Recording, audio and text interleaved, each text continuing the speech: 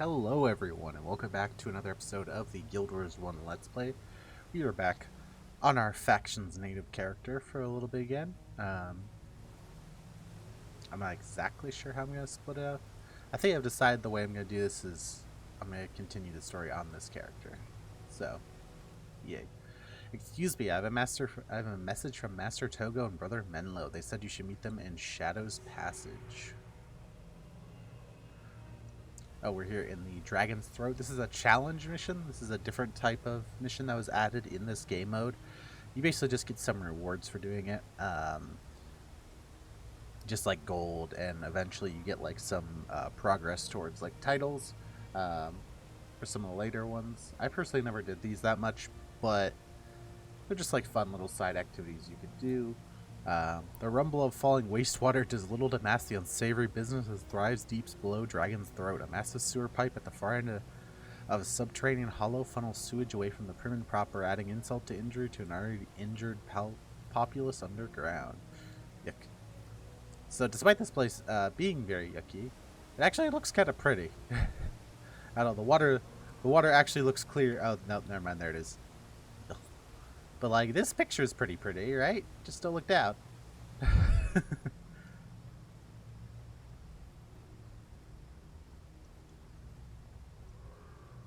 Anyway, let's go out here to Shadow's Passage. Meet up with Menlo and Master Togo. Master To-Go box.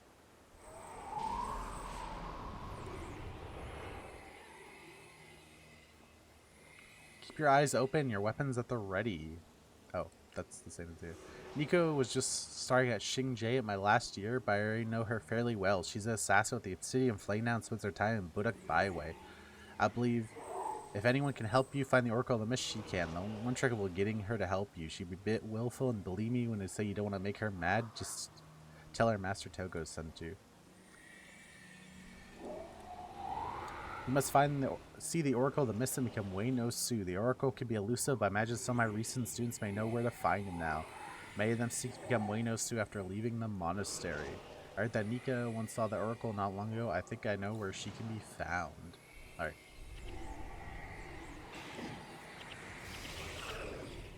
So let's just make our way on here. You actually can teleport basically back to the outpost and save yourself some time going that way. But I'm going to go through here anyway because I need the experience. So.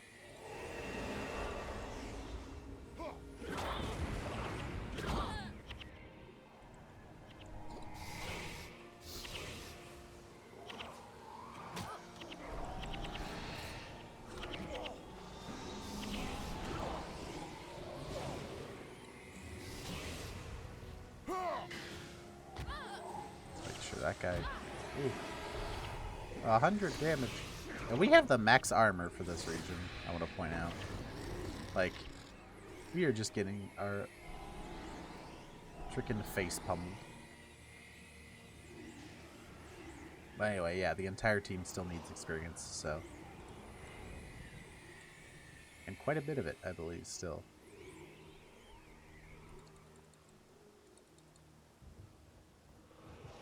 Oh, I forgot to fix their bars. They both still have the stand your ground, where one of them is supposed to have a different thing.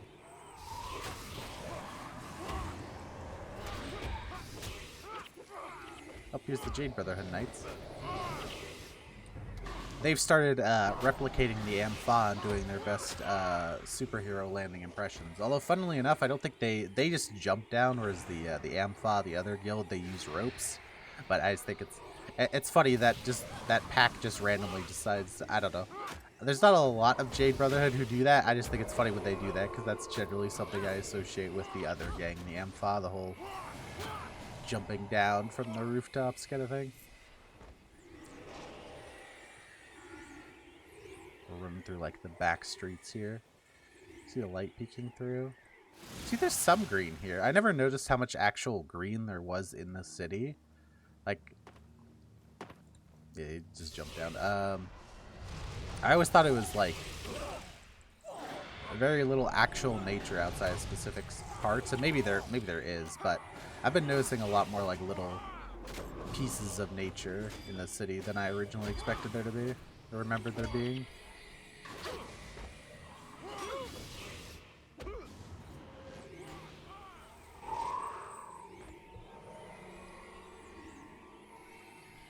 You're still a little bit under-leveled. We're still literally only level 16, but...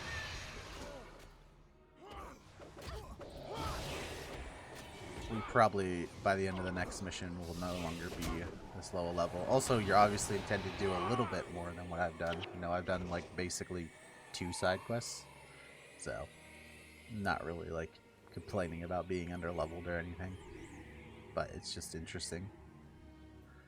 Because I think a very standard route people would take once Eye of the North came out is that most people would, as soon as they get the option to go to Eye of the North, you go to Eye of the North, and then there's a repeatable quest you can do very easily that just gives you tons of experience. Like, and I mean tons. It's like a repeatable little solo dungeon, and it gives you like 2 or 3 levels a run through most of the time, especially if you use experience scrolls. So most players would just do that to get to max level very fast. So we're actually going, if you remember, we're actually going to a place from the previous episode. We actually walked by it in the previous episode. That's where Nika is. She is up, like, here. And if you remember, the Vishnu Square, the foreign quarter, is, like, up around here somewhere. Funnily enough, I think you actually can go in the foreign quarter as a local. At least I'm pretty sure you can. We might try to do that just to see if we can in this episode. But I'm pretty sure you should be able to. Because it's part of, like, mapping. And getting full map completion is a title, so... So, it'd be a little weird if you couldn't access part of the map.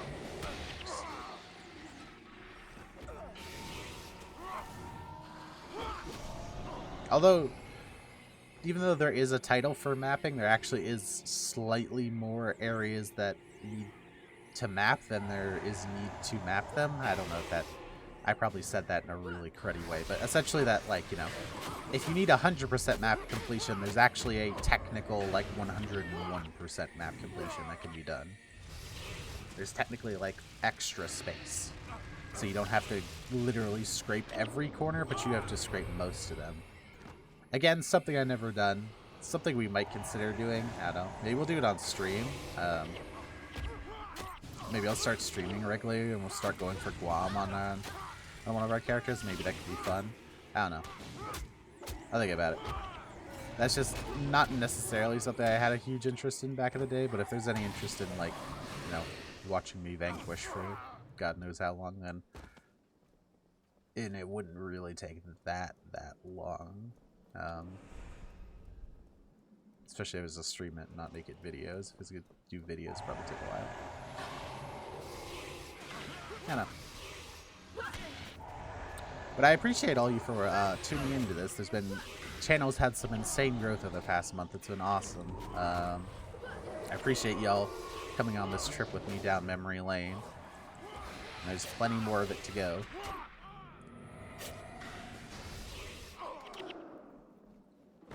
Yeah, so, I don't know if you remember this from last episode, but we walked right by here in the previous episode.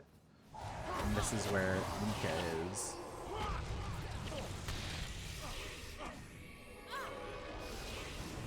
I don't find myself using the Spirit of Destruction that much, but I am going to change that relatively soon, because we're going to get one of probably the most important ritualist skills in the entire game later in this campaign.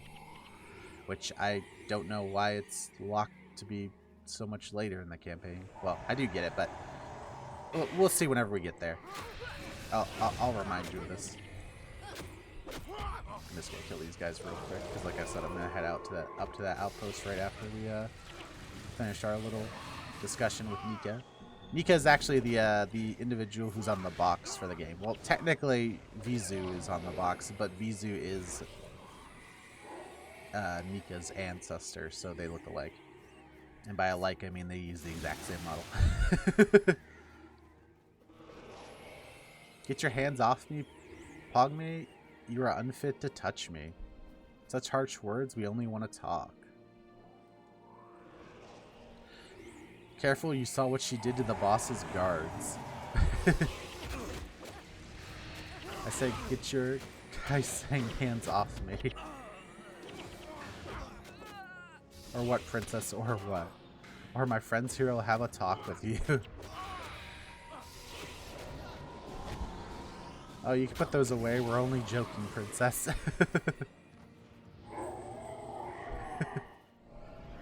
Maybe you should go. The Obsidian Flame will get what's coming to them. Fine, we'll go. The others can deal with her. Come, this little apple is probably rotten anyway.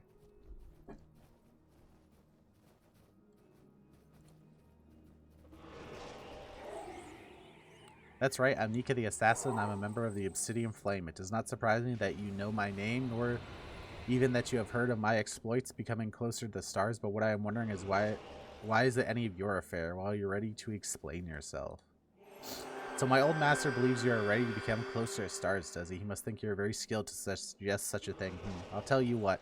It's been some time since I saw the oracle, but I believe Fishmonger Bizun and Wejun Bazaar can direct you. And tell Bizun that Nika sent you. He'll know what to do next. Thanks, I'll ask him about the oracle. I don't think I'm ready for this. See, sometimes they get the funny decline dialogue in there, but not all the time. Kind of sad. I think they amp it up in the later games. We're just gonna make a quick sprint to Actually, is the gate gonna be locked? The gate might be locked. I'm just gonna run. Let my heroes handle it. Oh, we leveled up.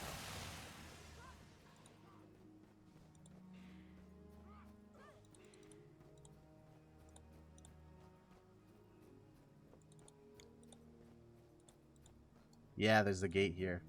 So we can't get through. There is a way to actually get through gates like that, but you have to kind of do something slightly exploity. But there is a way to get through those gates. Let me quickly change. I want you to have where is it? Where is it? Where is it? Here. So we have a little bit more HP regen. Okay. Let's go out here and find this fishmonger. It shouldn't take that long.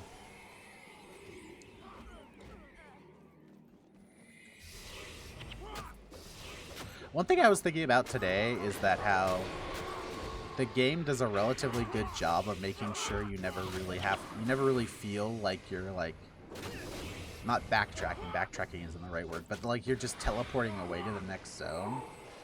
Like it generally feels like everything loops onto each other, and you can make the reasonable assumption in your head that your character is walking there. The last game did that too, but the last game was kind of a globe-trotting adventure where we really the only place we revisited really was when we went back to Kryta post Maguma Jungle.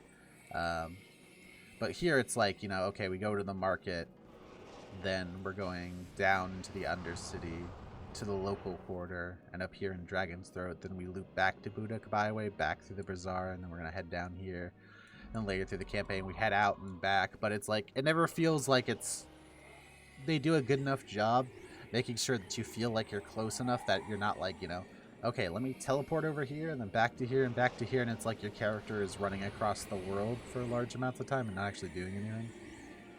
Anyway, some people say the water around here is polluted, but I promise the fish are so good to eat. Believe me, I saw the finest three-eyed salmon in all of Cantha. That's a bad fish.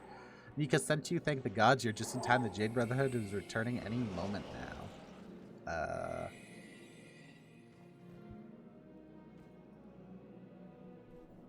I believe this is above my pay grade. It's collection time, Bijan. No more excuses. Nika's friends have promised to protect me. You will take no more of my gold. Be fair, neither Nika nor her friends. Get her, men. Get that, men. Wow, that dragon's not hurt. Yeah, so we get attacked by some Jade Brotherhood.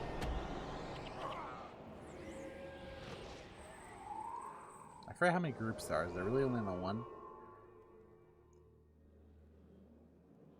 I feel like there was a second group of them. I don't remember though.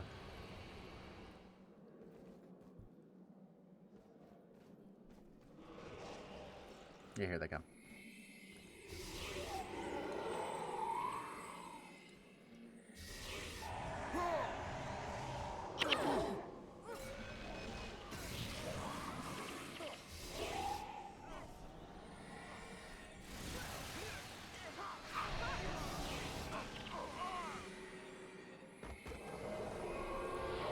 Alright.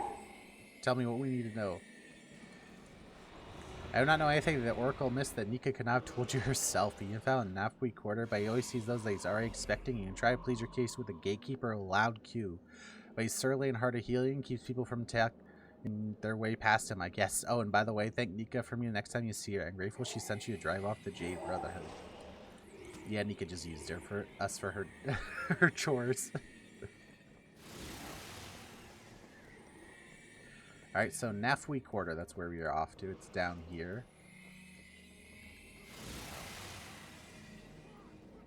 Not too far.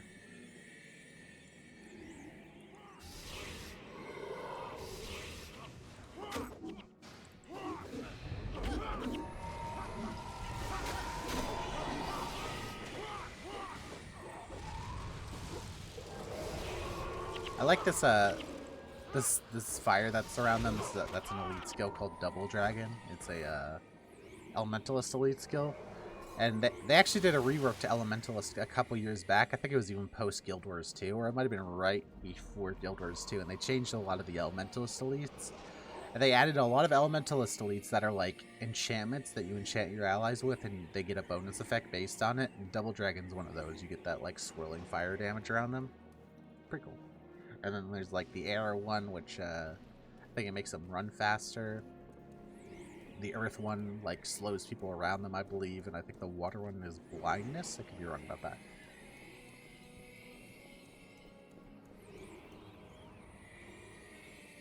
I haven't really used all of them myself. Double Dragon is the only one I ever really touched, and that was way back in the day. I used it like pre the rework, so I haven't really messed around with Elementalist a lot since they changed its skills. Is the expansive sea. This is cool. This is like a natural part of the city. Or not a natural part, but it's like, it's cool to see the edge of the city up against the water where there's a little bit more, like, you know, it's not just development. Oh, there's some plant life too.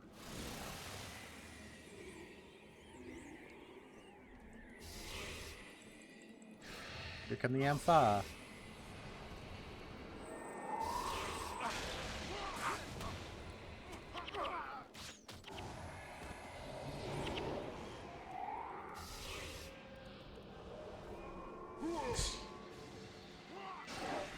One left.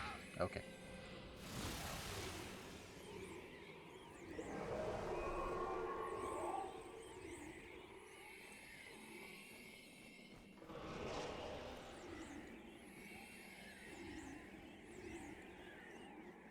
Yeah, just up this way.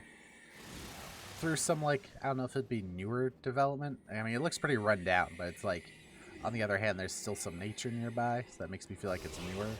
Or maybe it's just older and forgotten. This next mission has a lot of pretty cool visuals in it.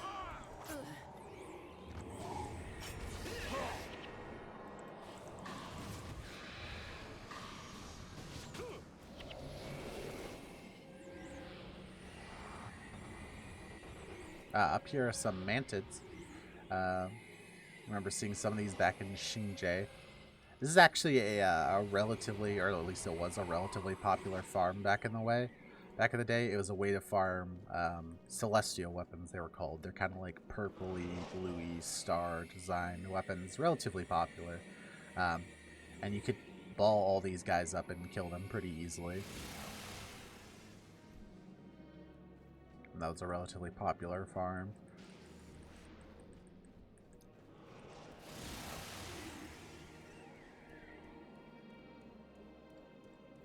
He's a Kieran. I don't remember this Kieran being here. Just kind of hanging out. Loud code. Q. Go. I'm sorry, but if you want something, you're going to have to speak up. Out one bit of your mumbling. If that's the loudest you can talk, maybe you ought to try hand gestures instead. If you cannot manage with hand gestures, maybe you should best run along. The celestial Kirin is a sign that you are favored by the heavens. Oh, okay. I was told to watch for just a sign. Let me know when you're ready, and I'll see you to the Oracle of the Mists. Okay.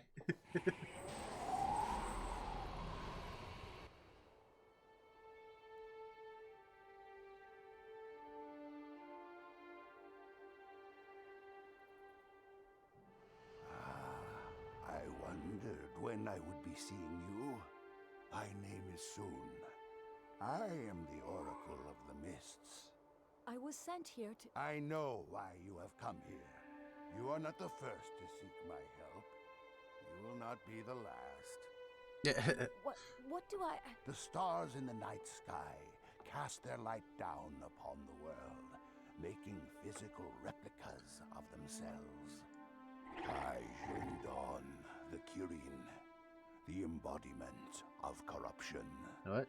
The being of pure good turned to pure evil. Evil! One sang the turtle dragon, the eternal paradox. Not one thing or another. A reminder that we will never fully understand the mists. I, she, the phoenix, the representation of fiery eternity, awaiting those in the underworld. And finally, the mightiest of them all, Tamu, the dragon. A constant reminder of atrocity, pain, and anguish. That was one of the miniatures I always wanted as a kid. I was so happy when I got the one. avatars of these 4 celestial bodies if you wish to become closer to the stars. Only then will you be able to see into the spirit realm and truly fight Shiro Tagachi. Okay. But how do I... Get to the avatars? Step through one of these portals, and you shall be transported to the location you desire. Choose wisely. If you should perish while among the Celestials, I will not come help you. I understand. I doubt that. One more question. Bother me no more with this. Tangle with the stars if you must, but you will waste no more of my time. If you're all-knowing, then you should already know the answer to my question and just tell me it. Not be an asshole, but anyway. Stupid big floppy hat, man. But here we are in Nahpul Quarter. All is as it should be. It's time now for you to become closer to the stars.